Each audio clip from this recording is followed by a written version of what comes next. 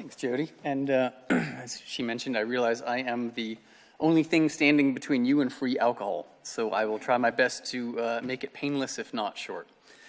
So today I'm going to talk about some solution spaces that could potentially help navigate coral reefs through the Anthropocene. These can involve changing how we think about threats to coral reefs to unlock potentially underutilized solution spaces, and learning from places that have defied expectations of reef degradation. So let's start with the first, changing how we think about threats to coral reefs. This is a heuristic of a sort of equilibrium state, and your favorite drivers on the x-axis, fishing or pollution or whatever it is you love to hate that's affecting coral reefs.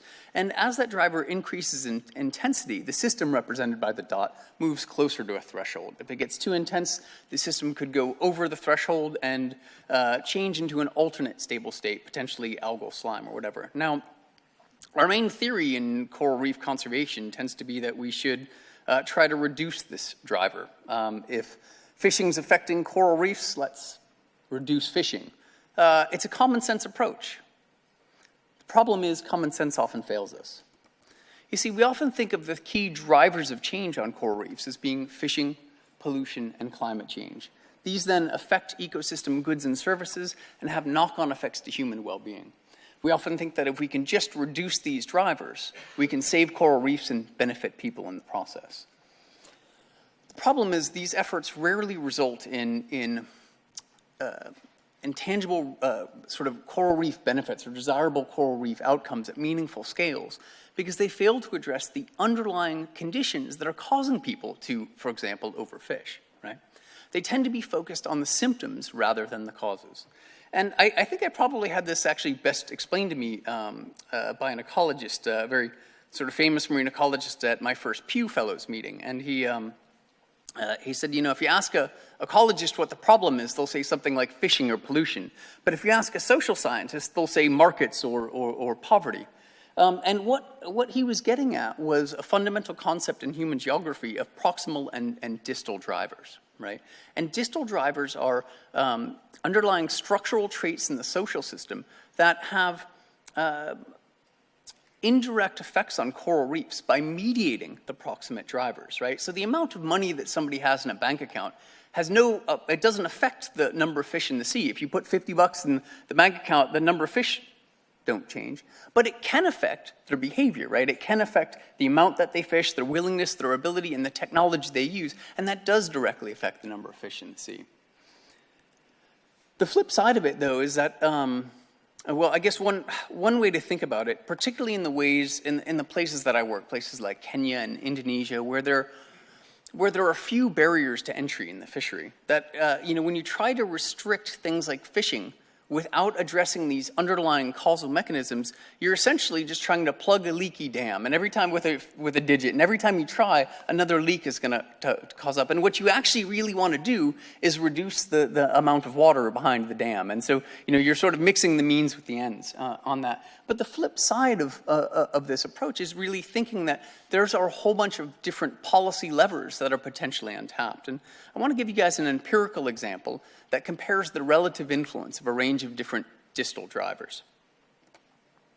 So I wanted to make the example global. So I simply asked 30 different coral reef ecologists for their life's work.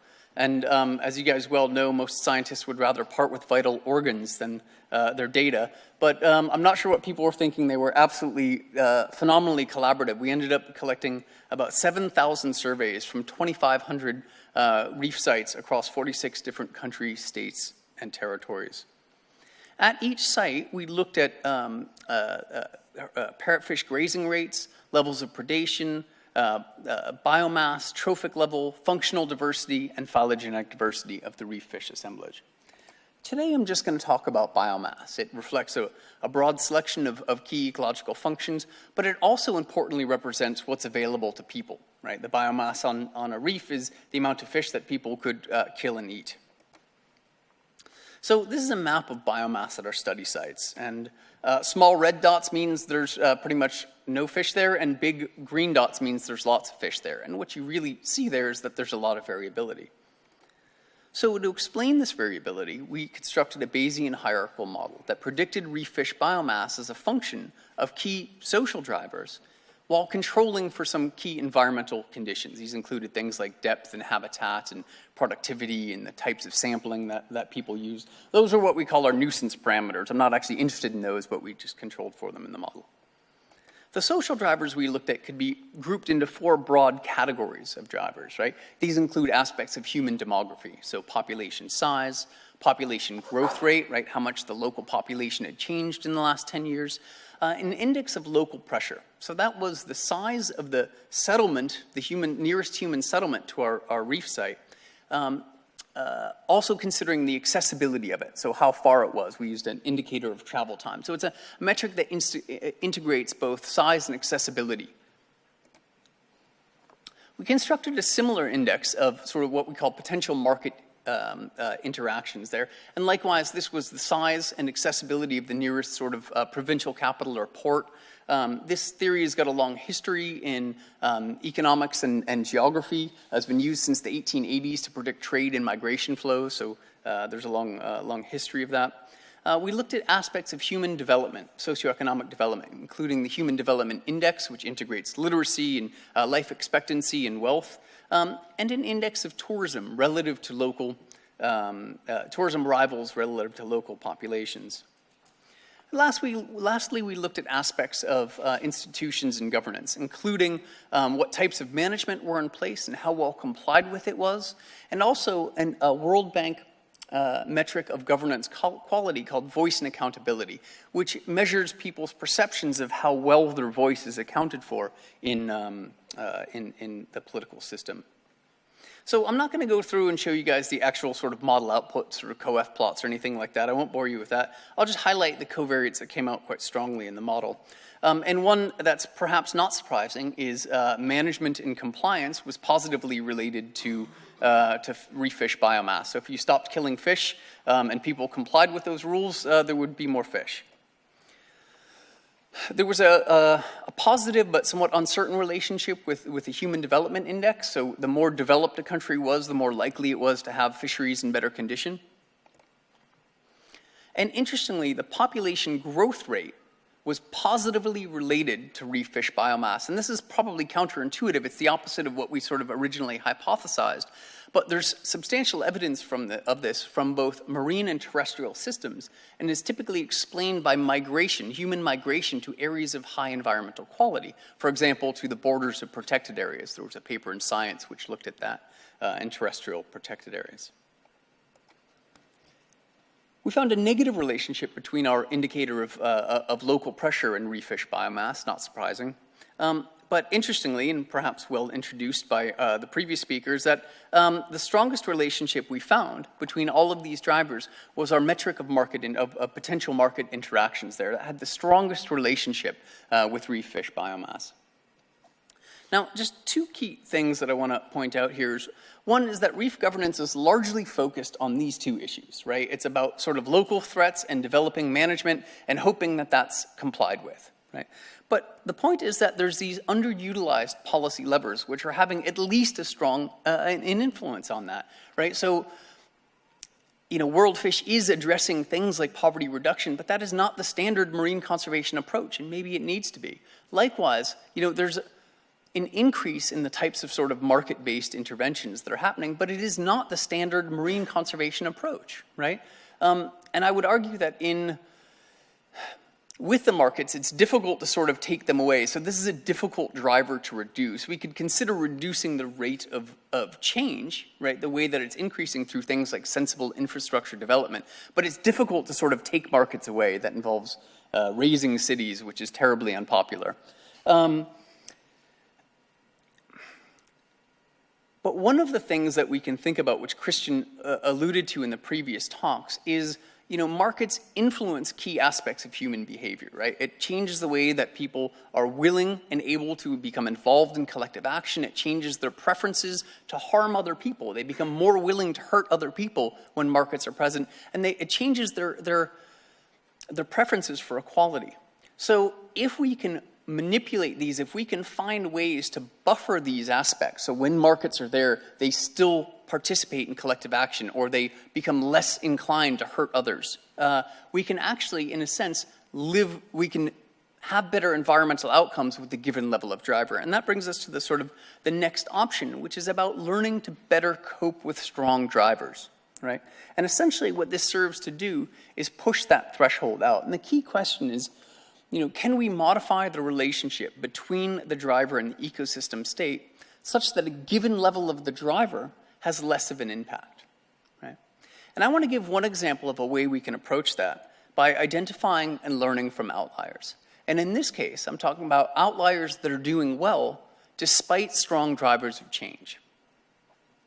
Now, outliers, by their very definition, deviate from our expectations, and consequently can provide novel insights into confronting complex problems where conventional solutions have failed. And the classic example of this actually comes from a theme we heard earlier about today, childhood malnutrition. And it comes from Save the Children in Vietnam. And they were working on the nexus between poverty and childhood malnutrition. And as you can imagine, these two issues are tightly coupled, right? Poorer children tend on average to be more malnourished. And what Save the Children did that I thought was very insightful and inspiring was they identified children that were poor but not malnourished. And they asked the mothers of these children what they were doing differently from other mothers in the village. And it turns out they were doing a couple of key things. One, they were finding little crabs and shrimp in the rice paddies, and they were grinding it up and feeding it to their kids. They were also feeding their kids 4 times a day instead of the customary 2. Now, they weren't giving their kids more food, they couldn't afford to, right? But by breaking the meals up into smaller bits, the children were better able to absorb the nutrients, and consequently were less malnourished. Now, this is a critical issue, right? Childhood mortality is a critical issue. And it's one that receives substantial investments in research and development. Yet there was a solution that was actually right there that became adopted. Well, let me point out first, Save the Children had those mothers become facilitators in that village, and they taught other mothers in the village. And then they had that village become living laboratories and had other mothers come in there.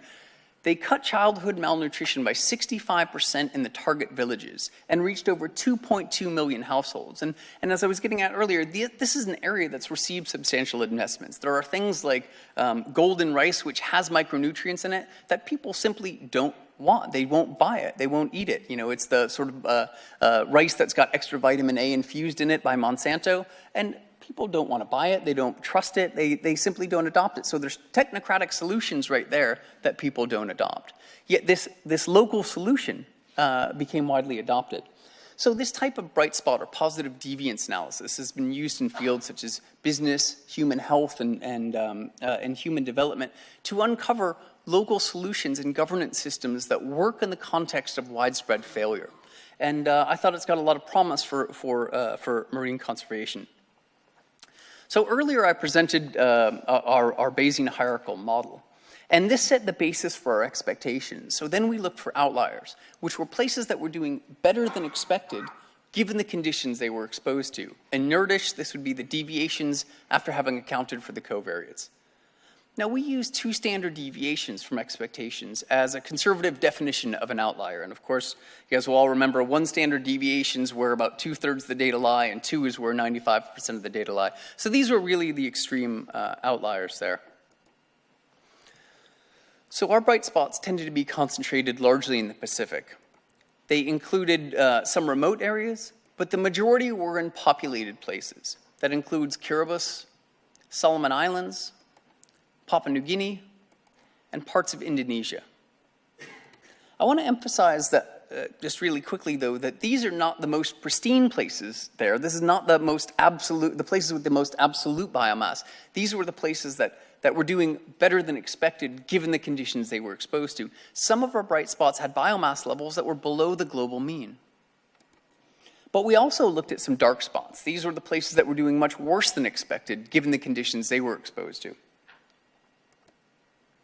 So what makes the bright spots bright?